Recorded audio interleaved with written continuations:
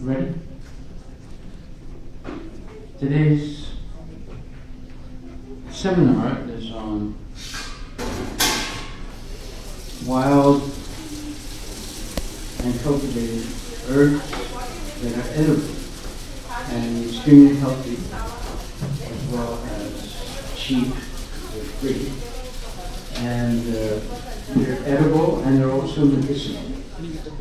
And this is good knowledge to have if you want to know how to survive in a situation of extreme, say, crisis.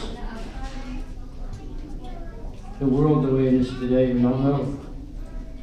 There's going to be a crisis situation. You go to the Safeway and there's nothing in the shelves to buy. Red wine. This is happening right now in Venezuela, a big country. The stores are mostly empty of vital things that people need to survive. The good news is that in the Pacific Northwest, especially in the spring and summer and fall, there's so many things that grow wild that you can eat. And they're more nutritious than the vegetables that you get from California or Texas or Mexico. Much more nutritious. And they're right in your backyard. But of course, unless you can recognize them, you just walk past them and think they're just some useless weeds. So today we're going to talk about one of the most nutritious vegetables in the whole world. It's called purslane, or kirai, in Talmud. Kirai means green, and there's a special name for it. I think it's pondagiri or something like this. But this is purslane. It is a superstar of vegetables. And we're going to talk about it a little bit. We're also going to talk about amaranth. So these two, everything you see right here, from here over, grows wild. So amaranth grows wild, purslane grows wild, dandelion grows wild, plantain grows wild, lamb's quarters grow wild, and this is called spiny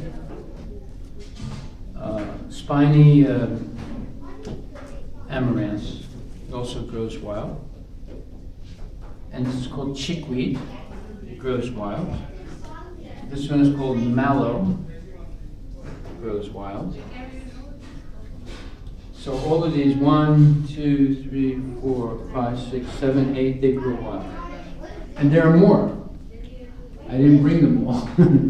There's nettles, there's comfrey, and still more. They all grow wild in this area. And they're all highly nutritious and highly edible. They taste great. And you can live on these, and you can heal many diseases with these wild growing herbs. So we'll start with purslane. Purslane is what you would call the superstar of all vegetables. It's a great weight loss vegetable. All of it is edible. The stem, the leaves. It grows like a wild herb. You don't even need to water it. Of course, it grows better if you water it, but even if it's dry, it still grows. And it's good for weight loss. It's good for heart health. It's good, very good vegetable for children. You can eat it raw, and you can also cook it. And it treats certain gastrointestinal diseases like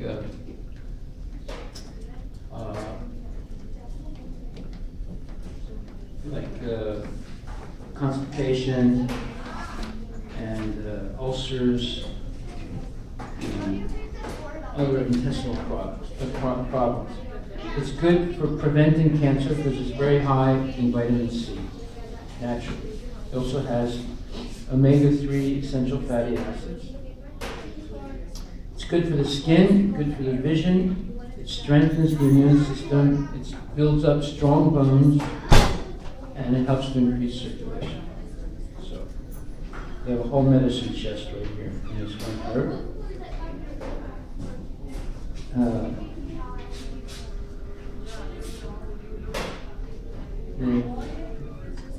So purslane has been considered a weed. So therefore no one has tried to exploit it commercially.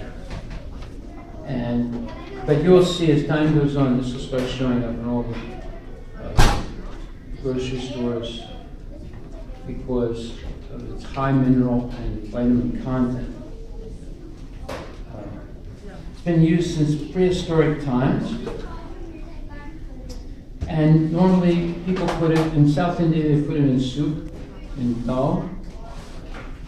In Western countries, in the Mediterranean region, they make salad with this, with olive oil and other greens and tomatoes.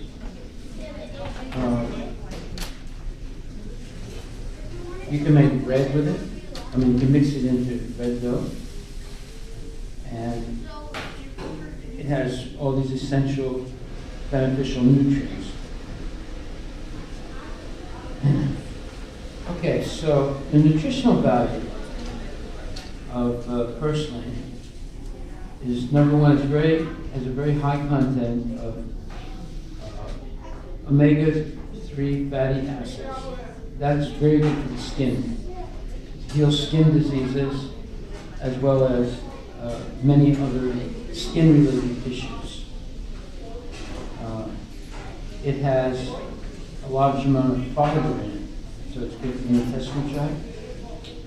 It has vitamin A, vitamin C, B vitamins, iron, magnesium, manganese, potassium, calcium, and copper. It has many antioxidant qualities and carotenoids, which means like vitamin E precursors, vitamin E and vitamin A precursors.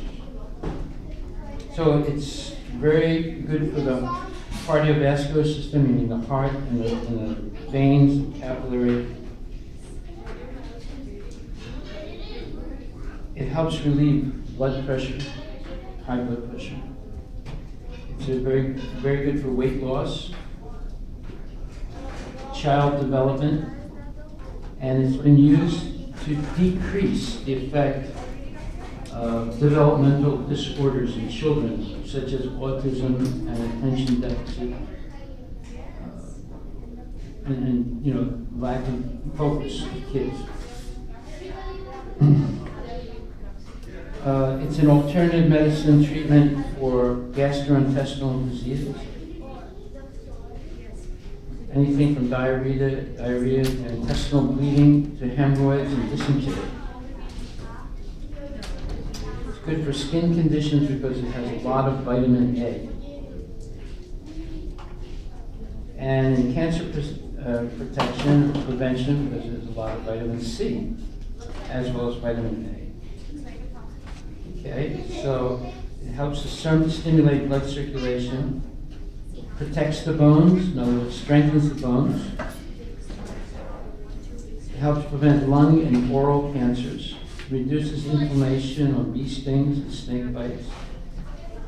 It prevents macular degeneration, meaning problems of the eye, and cataracts.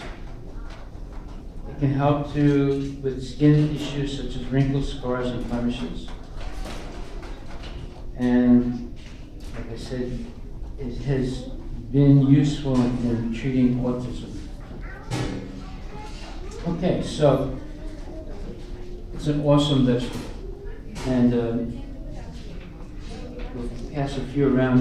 It's a succulent, meaning that it contains naturally a gel, which is very good for soothing the intestinal tract. What is the name of it? Purslane, Purslane.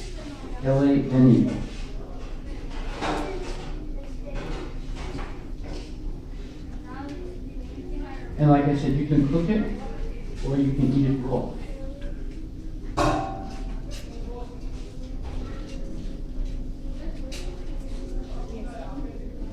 And it's used in India, especially South India, Andhra Pradesh and Tamil Nadu.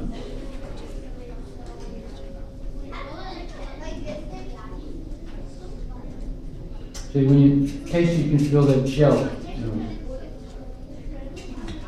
Okay. Next, this doesn't grow, it grows everywhere, but you don't see it that much. This grows everywhere. You'll see this everywhere. This is called lamb's quarters. It's eaten exactly like spinach. And it has, again, it's a storehouse. In fact, give everyone a taste. Again, it can be eaten raw or cooked.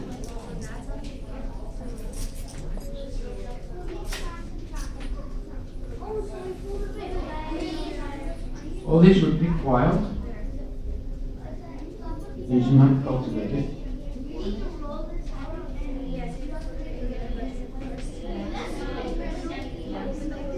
For lamb's quarters.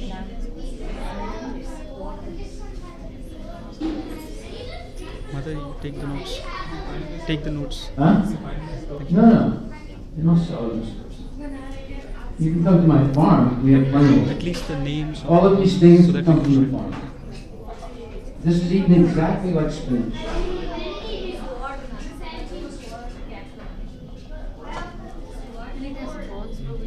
No. Those are seeds. No.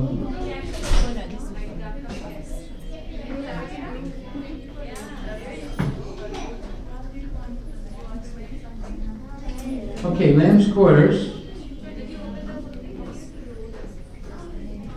have a lot of protein.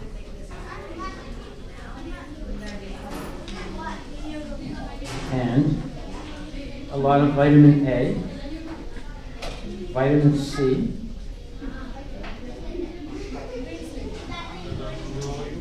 and B vitamins,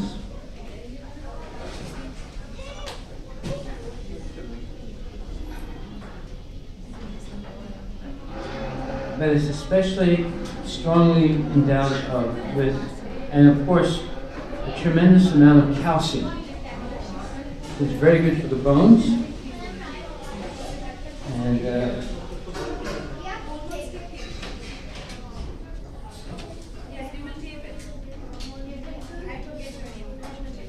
the value of these herbs, like I said, they're free, and they grow profusely all over the Seattle area in the Pacific Northwest. And they usually wherever you see lamb's quarters, you will see the following also. This is called dandelion. The dandelion is very good for mineralizing the body and alkalizing the body. And dandelion can heal diabetes if you eat enough. You can eat the leaf as well as make a tea of the root. Also, the root is used for making a coffee substitute when it's roasted. Of course, it doesn't have any caffeine in it. But dandelion leaves are extremely effective for any kind of mineral deficiency and mineral salts. Also, it's green, so there's a lot of chlorophyll. Let's do all of these. And I know a person who had cancer. Every day he was picking these wild and juicing them and drinking the juice. And he cured himself. So this is dandelion. This is another superhero. Every part of this plant is medicinal. You have the leaves, you have the flowers, and you have the roots. The tea made of the roots good for diabetes. The leaves also are good. And if you have any kind of skin or bone deficiency, like osteoporosis or whatever, dandelion is one of the best things you can eat. And you eat it either raw. It's slightly bitter. It's not as bitter as neem, but it's slightly bitter. That's why it's good for diabetes. And it has everything you need to stay alive. And even if you didn't eat anything else, just dandelion leaves, you would stay alive. That's how powerful vegetable it is. Okay, so we had purslane, we had lamb's quarters, dandelion. Now this is called mallows. You've heard of marshmallows, right? So marshmallow is a cousin of this mallow. All the mallows have, like purslane, they have this gel in them. The mallow root especially has a lot of gel. So when you heat the mallow root in water, it creates a thick, syrupy gel, which is very healing for the intestinal tract. And that's the way they originally made marshmallows. So mallow, you can eat it raw, especially in salads. And you can also cook it. If you cook it long enough, it makes a gelatinous, thick syrup. It's used for thickening soups and adding, minerals to the soup. And but in general, people just put them in salad, these broad leaves in salads. And it has a neutral taste. It's not a strong taste. Okay, so purslane, lamb's quarters, and dandelion, and then mallow. Next, in fact, mallow,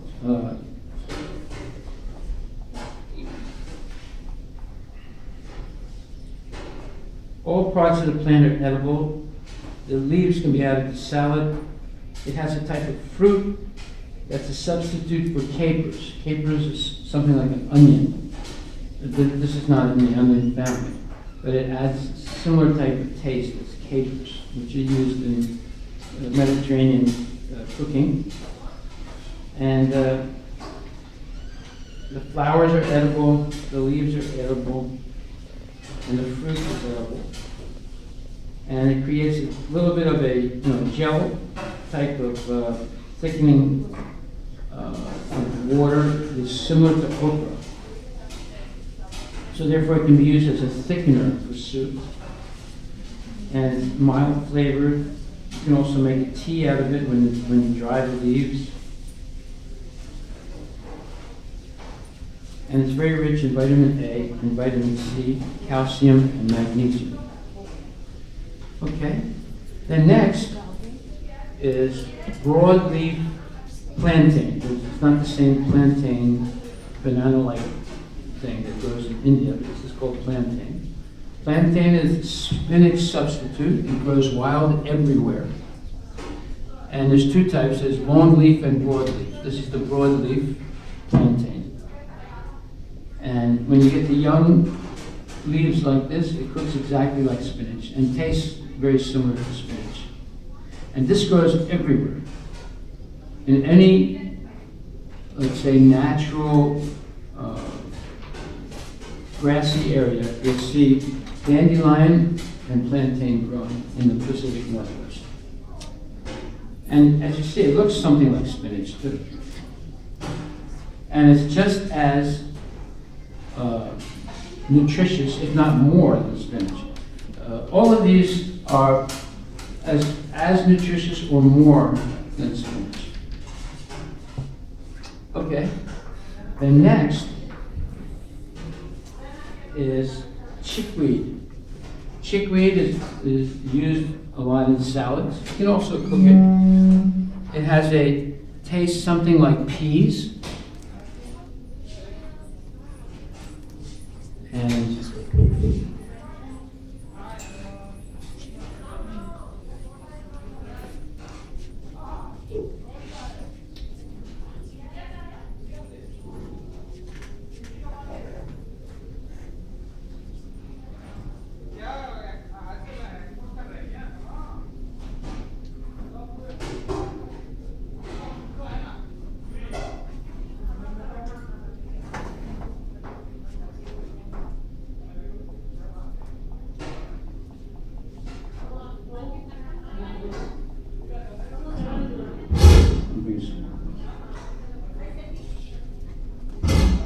It's very light flavored.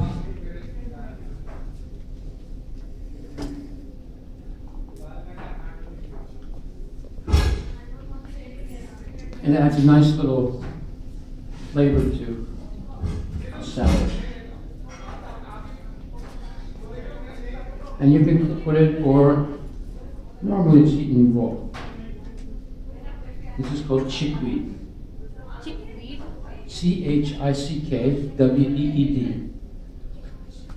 And then, last but not least, you have amaranth. Oh, this is amaranth. Yeah, well, there's different types of amaranth. There's about 60 different types. This is called spiny leaf amaranth. And in Hindi they call it badwa. Batua. Batua. Batua. Yeah. Prabhu, this has thorns? No. You want something with thorns? Yeah, looks like I saw some green with maybe thorns. rose plant. No, these are the seeds. These are the seeds. Just like these are seeds too. Now these seeds, lamb's quarters and batua, are edible. And batua seeds you can make. Oh, by the way, batua you can eat on the cotta seed. The seeds make a flour that you can cook bread with. But it's not a grain. But we can't cook it if You can buy amaranth flour in the stores. And amaranth you can eat like quinoa. It's not a grain. It's not a real grain. And this develops into the seeds that are made into flour. And the leaves are eaten like a vegetable, like lettuce, or like spinach. But they're extremely beneficial as far as health goes. This has been eaten in history. The Aztec Indians based their whole culture on amaranth. You know, every people have a different thing. Like in South India and Bengal, you have rice. You know, North India have wheat. So in Mexico they have corn. In Ireland they have the potato. Right? In the Aztec Indians in South America, they based their whole culture on amaranth. So amaranth and its seeds, which you make a grain out of, are gluten-free. When you grind the seeds into flour, it becomes a pale ivory shade, pale tannish, off-white shade. And but there's different types of amaranth. You have a light green, yellow amaranth. You have a red amaranth. In India, I think the red amaranth is well known. And in the West, you have this green amaranth, and then the stem is slightly red. Right. That's why they call this red spiny amaranth. There's about 60 different varieties of amaranth. So it has, and of course it gives a grain-like seed that's made into flour. And it also thickens liquids to make sauces, soups, the seeds. It can be roasted and puffed. And I'm talking about the seeds again. It gives a nutty, peppery, crunchy texture. So amaranth is emerging in the forefront of exceptionally nutritional grains. And it has a lot of calcium, iron, phosphorus, vitamin A precursors, and tremendous protein content for a vegetable. And 1 cup of amaranth has more protein than oats and any other of the grains. So Prabhuji, just one question like now. So if you're making wheat at home, like the wheat flour, Yeah, so you can add it. so how much we can add? 50-50, like, You can add as much as you want. oh, it doesn't really matter. Yeah. Okay. It acts like flour. But, usually people put 25-30%. Okay. It's also a great source of lysine, which is an important amino acid with protein content comparable to that of milk, but more easily digested. Okay, so 1 cup of raw almond contains 15 milligrams of iron, while white rice contains only 1.5